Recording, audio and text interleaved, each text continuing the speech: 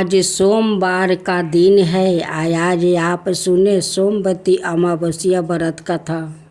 सोमवती अमावस्या व्रत कथा के अनुसार एक गरीब ब्राह्मण परिवार था। उस परिवार में पति पत्नी और उसकी एक पुत्री भी थी। उनकी पुत्री समय के गुजरने के साथ साथ धीरे धीरे बड़ी होने लगी। उस पुत्री में बढ़ती उम्र के साथ सभी स्त्रियोचित सगुनों का विकास हो रहा था।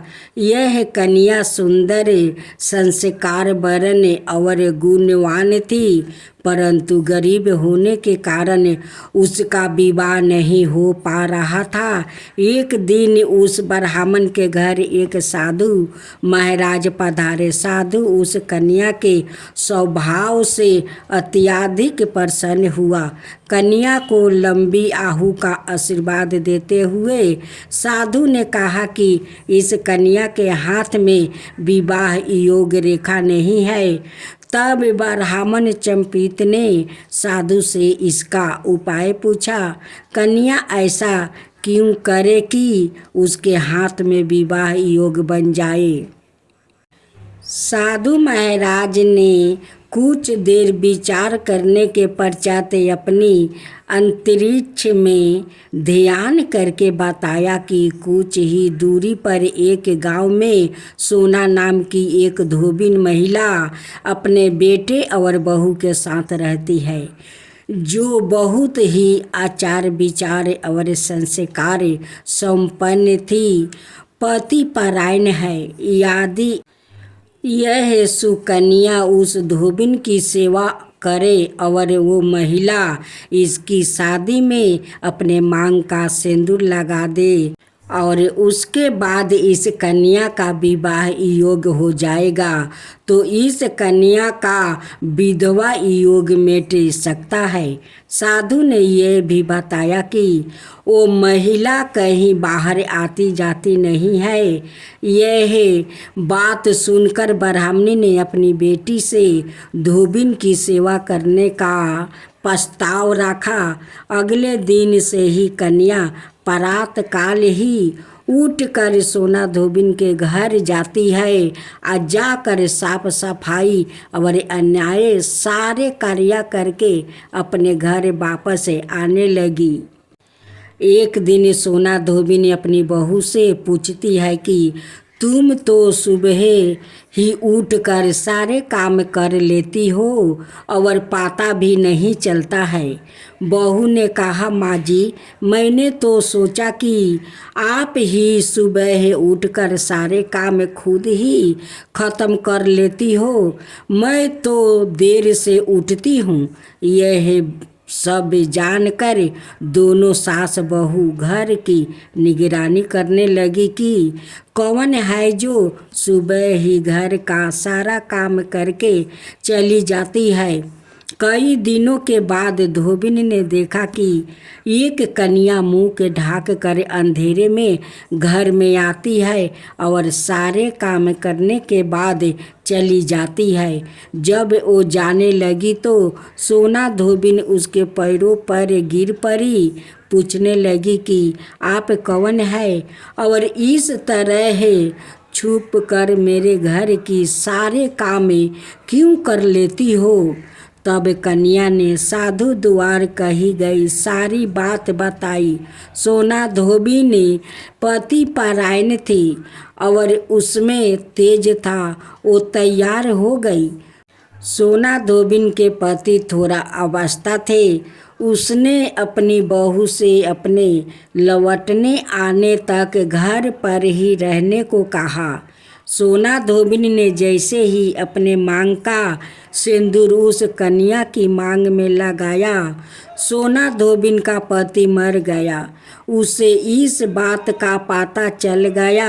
वो घर से निर्जला ही चली थी, यह सोच कर कि रास्ते में कहीं पीपल का पेड़ मिलेगा तो उसे भौंरी देकर और उसकी परिक्रमा करके ही जल ग्रहण करेगी। उस दिन सोमवती अमावस्या थी।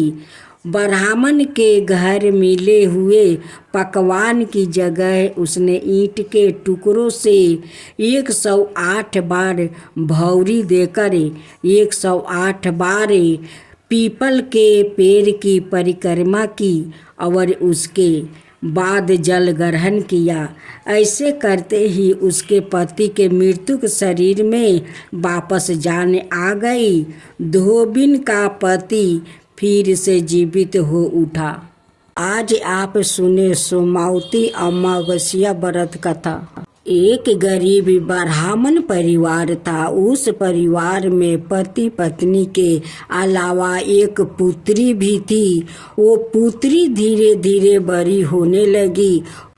उस पुत्री समय से बढ़ती गई। वो लड़की सुंदर थी, संस्कार संपन्न, गुण की थी, किंतु गरीब होने के कारण उसका विवाह नहीं हो पा रहा था। एक दिन उस ब्राह्मण के घर एक साधु पधारे। वो उस कन्या के स्वभाव से काफी प्रसन्न हुए। कन्या को लंबी आयु का आशीर्वाद देते हुए साधु ने कहा, इस कन्या के हथेली में विवाह योग रेखा नहीं है। तब ब्राह्मण ने चंपित ने साधु से उपाय पूछा कि कन्या ऐसा क्या करे कि उसके हाथ में विवाह योग बने। साधु ने कुछ देर विचार करने के बाद अपनी अंतर्दृष्टि से ध्यान करके बताया कि कुछ दूरी पर एक गांव में सोना नाम की धोबिन जाति की एक महिला है। वो बेटे और बहू के साथ रहती है, जो बहुत ही आचार विचार वाली, संस्कार संपन्न था, पति परायण है। ये कन्या उसकी सेवा करे और वो महिला इसकी शादी में अपने मांग का सिंदूर लगा देती है। उसके बाद इस कन्या का विवाह योग तो इस कन्या का विधवा मिट सकता है। साधु ने यह भी बताया कि वो महिला कहीं आती जाती नहीं है। यह बात सुनकर ब्राह्मणी ने अपनी बेटी से धोबिन की सेवा करने की बात ही बताई। अगले दिन कन्या प्रात काल ही उठ कर सोना धोबिन के घर जाकर साफ सफैया और अनाये सारे कार्य करके अपने घर वापस आ जाती। एक दिन सोना धोबिन अपनी बहू से पूछती है कि तुम तो सुबह उठ कर सारे काम कर लेती हो और पता भी नहीं चलता। बहू ने कहा, माँ जी, मैंने तो सोचा कि आप ही सुबह उठकर सारे काम खुद ही खत्म कर लेती हो। मैं तो देर से उठती हूँ। इस पर दोनों सास बहू निगरानी करने लगी कि कौन है जो सुबह ही घर का सारा काम करके चला जाता है।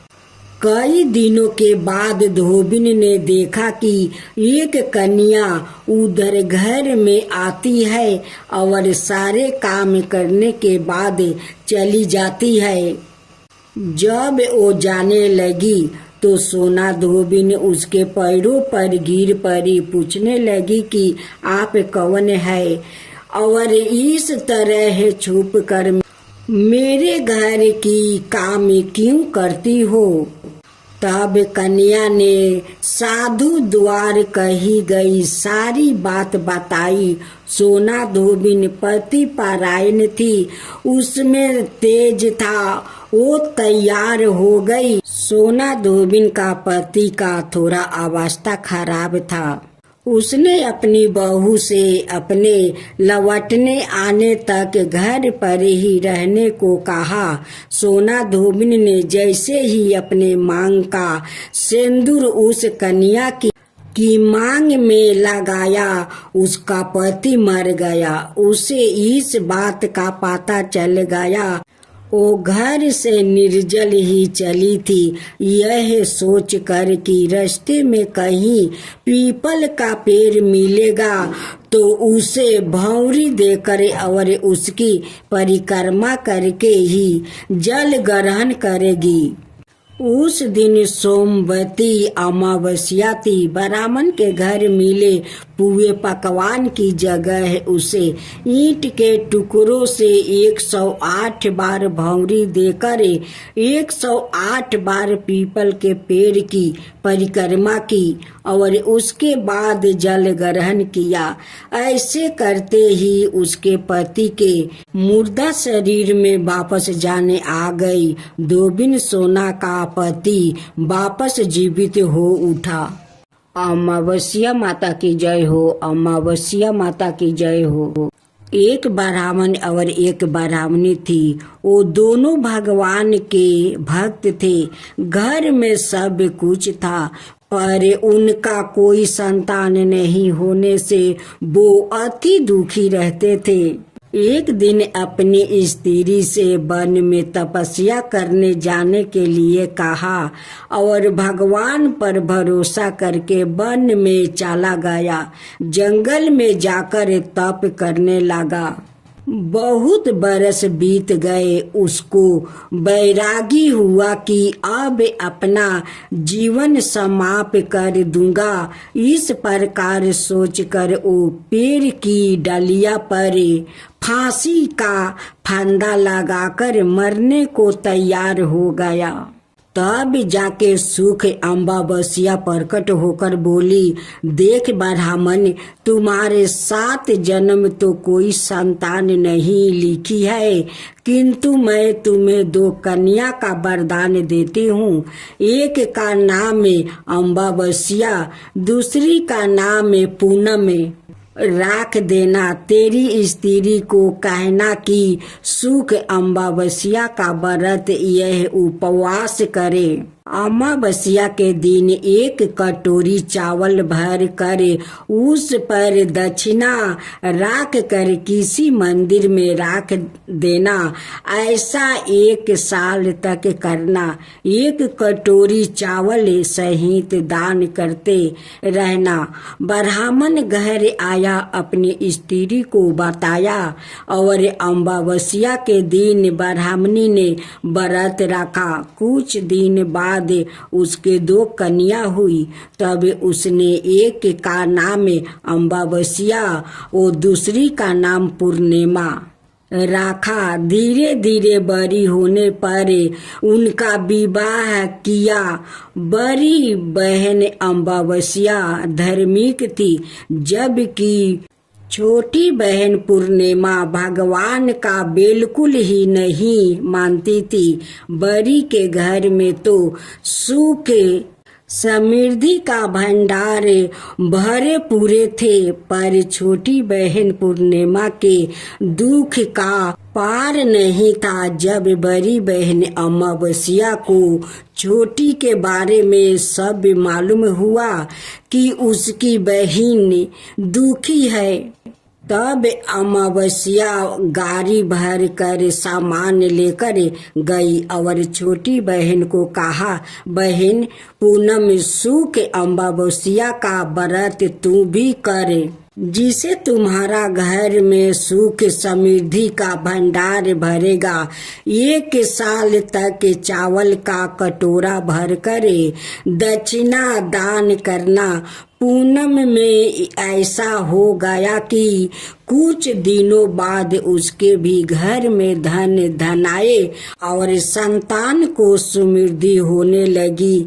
इस प्रकार जो भी सुख अमावस्या का व्रत आदि विधि पूर्वक करेगा, उसके घर में सुख समृद्धि का भंडार माँ सुख अमावस्या पूर्ण करेगी। तो जन आज सुने चैत्रा पूर्णिमा व्रत का था। चैत्रा माहे की पूर्णिमा को शास्त्रों में समृद्धि के महत्व पूर्ण माना गया है, इसलिए क्योंकि यह हिंदू वर्ष की पहली पूर्णिमा तिथि कहलाती है। चैत्र पूर्णिमा का दिन मन लक्ष्मी की पूजा का विधान है। ऐसा माना जाता है कि पूर्णिमा तिथि पर माँ लक्ष्मी धरती पर बर्मन करती है और भक्तों पर अपनी कृपा बरसाती है। ऐसे में इस दिन माँ लक्ष्मी की पूजा के साथ साथ कुछ कार्यों पर विशेष ध्यान देना चाहिए। असल में शास्त्रों में बताया गया है कि चैत्र माह की पूर्णिमा के दिन कौन से काम करना चाहिए और कौन से कामों को करने से बचना चाहिए। अब हम सुनते हैं चैत्र पूर्णिमा व्रत कथा। पौराणिक कथा के अनुसार नर्मदा नदी के तट पर सुव्रत नाम का एक विद्वान ब्राह्मण रहता था। वो बहुत लालची थे। उसका उद्देश्य था कि किसी भी तरह से पैसा कमाना था और ऐसा करने से वो समय से पहले बूढ़ा देखने लगा और उसे तरह तरह की बीमारियां होने लगी। इस दौरान उन्हें एहसास हुआ कि उन्होंने अपनी पूरी जिंदगी पैसे कमाने में लगा दिया और सोचने लगा कि अब जिंदगी कैसे बचेगी। इस दौरान उन्होंने चैत्र पूर्णिमा पर स्नान का महत्व बताने वाला एक श्लोक याद आ गया और उन्होंने नर्मदा नदी में डुबकी लगाई। लगभग 9 दिनों तक स्नान करने के बाद विद्वान ब्राह्मण का स्वास्थ्य बिगड़ गया और मृत्यु का समय आ गया। ब्राह्मण सोच रहा था कि उसने अपने जीवन में कोई भी अच्छा कर्म नहीं करने के लिए नरक में कष्ट उठाना पड़ेगा। लेकिन सच तो यह था कि चैत्र पूर्णिमा में स्नान करने से उन्होंने मोक्ष की प्राप्ति हुई थी। माँ लक्ष्मी को खीर बेहद पसंद है। चैत्र पूर्णिमा का दिन उन्हों खीर या सफेद मिठाई का भोग लगाने से उनकी कृपा प्राप्ति होती है। साथ ही जीवन की सभी परेशानियां भी दूर हो जाती है। शास्त्रों के अनुसार पूर्णिमा के दिन सुबह पीपल के पेड़ पर जल चढ़ाने और शाम को दीप जलाने से माँ लक्ष्मी की कृपा प्राप्ति होती है। भक्तजनों, आज आप सुने अमावस्या व्रत कथा। एक बूढ़ी का दुख भरी कहानी है। जो भक्त इस अमावस्या व्रत सुनेंगे उस पर अमावस्या माता जरूर प्रसन्न होगी। इस अमावस्या व्रत को जरूर सुनिए। एक ब्राह्मणी थी। उनकी एक ही बेटा और बहू थी।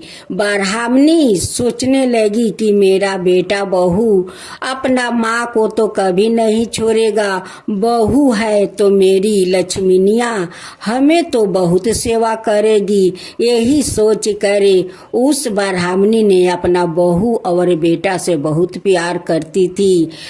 उस बुढ़िया का परंपरा था कि हर अमावस्या का वो व्रत करती थी। काली माँ का मंदिर जाकर वो पूजा करती थी। एक कबूतर काली माँ को बलि देती थी। उनकी वो परंपरा था। लेकिन उनकी बहू को ये सब पसंद नहीं था। वो हमेशा कहती है कि सासू माँ आप हर अमावस्या को व्रत करती हो, एक कबूतर माँ काली को बलि देती हो। माँ काली का पूजा मुझे पसंद नहीं है। तुम नहीं जानती हो कि माँ काली एक खून चूसने वाली माता है और तुम उन्हीं को पूजा करती हो। हमें अच्छा नहीं लगता है। तुम उससे पूजा मत करो। हर अमावस्या के तुम पूजा करती हो, मुझे अच्छा नहीं लगता है। जब उनकी सासू माँ अपनी बहू को बात नहीं मानी तो बहू को बहुत गुस्सा आ गई। एक दिन वो लकड़ी से खाना बना रही थी या उनकी सासू माँ बैठ रही थी। उसी समय एक जलते हुए लकड़ी ले आती है और अपना सासू माँ के पीठ में लगाकर जला देती है। जब ब्राह्मणी का बेटा आकर अपना माँ को पीठ पर जले हुए देखते हैं, कहते हैं कि माँ तुम्हारा पीठ कैसे जल गया। बहू कहती है कि उन्हान के बाहर थोड़ा आग था, उसी आग पर गिर गई थी, इसलिए उनकी पीठ जल गया। ब्राह्मणी का बेटा पत्नी को झूठे बातों को मान लिया और बोला कि माँ तुम यहाँ उन्हान के पास मत आना, देखो गिर कर तुम अपना क्या हालत बना ली हो। तब बूढ़ी माँ समझ गई कि मेरे बेटा बहू मुझसे प्यार नहीं करता है। ब्राह्मणी बिना बेटा के जनाए घर से निकल जाती है। माँ काली देखती है कि इस ब्राह्मणी को बहुत तकलीफ है, वो मेरी पूजा करती है, उसलिए इनकी बेटा बहू इनसे प्यार नहीं करते हैं। उसी दुखी के कारण इस बूढ़ी माँ घर छोड़कर निकल गई है। माँ काली साक्षात बूढ़ी माँ के सामने जाकर प्रकट हो जाती है। कहती है कि माता मेरे कारण आपको घर छोड़ना पड़ा है, ठीक है कोई बात नहीं है, आप चलो मैं आपको रहने के लिए जगह देती हूँ। उस झोपड़ी में ले जाती है और माँ काली उन्हें खाने पीने के लिए सब कुछ देती है। उस ब्राह्मणी झोपड़ी में रहकर भी अमावस्या का व्रत नहीं छोड़ी और नहीं काली माँ का पूजा छोड़ी। एक दिन ब्राह्मणी अपना दरवाजे पर बैठी हुई थी। अचानक एक जंगल से शेर आता है और कहता है कि आज तो मुझे बहुत जोर का भूख लगा है, मेरे लिए तो भोजन मिल गया, इस बुढ़िया को खाकर अपना पेट भर लूंगा। ब्राह्मणी इधर उधर भागने लगी, सभी गांव वालों को बुलाने लगी कि मुझे बचाओ मुझे बचाओ, लेकिन घर से कोई नहीं निकला। तब बुढ़िया माँ काली को याद किया और माँ काली दौड़ी आई और बुढ़िया को बचा लिया। माँ काली को देखते ही बाघ जंगल में लौट गया।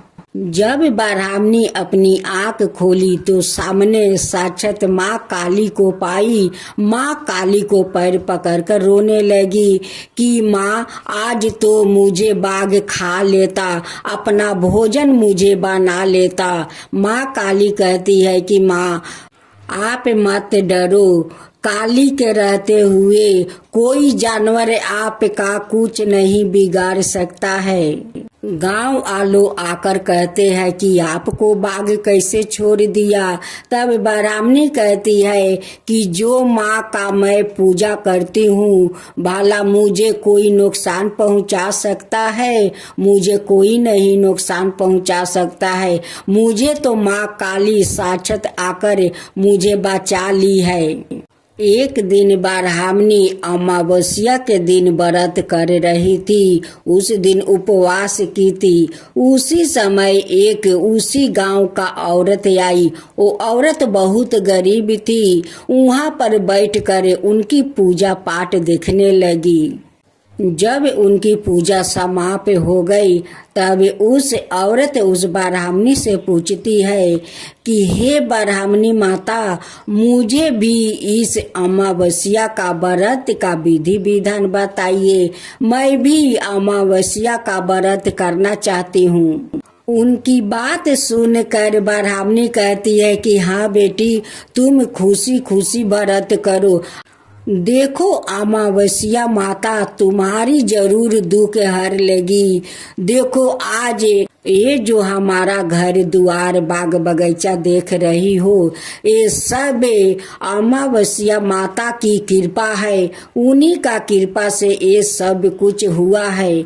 मेरा बेटा पतो तो मुझे आज तक खोजने नहीं आया कि मेरी माँ मर गई या जिंदा है, आज तक खोजने नहीं आया। मैं तो यही सोचती रही कि मेरे बेटा बहू मुझसे बहुत सारा प्यार करेंगे, मुझे बहुत सेवा जतन करेंगे, लेकिन नहीं, मेरी बहू तो एक दिन लकड़ी जलते हुए उठाकर मेरी पीठ पर मार देती है। मेरा पीठ जल गया। उस दिन समझ गया कि मेरा बेटा बहू मुझसे प्यार नहीं करते हैं, इसलिए मैं घर छोड़कर चली आई। उसी दिन रास्ते में माँ काली मुझे दर्शन दिया। आज उन्हीं का कृपा से ये सब कुछ हुआ है। ब्राह्मणी उस औरत को सारे विधि विधान नियम बताती है। उस औरत अपना घर जाकर अमावस्या का दिन श्रद्धा पूर्वक वो भी व्रत पूजा करने लगी। उस औरत को श्रद्धा भक्ति देखकर अमावस्या माता उन पर प्रसन्न हो गई।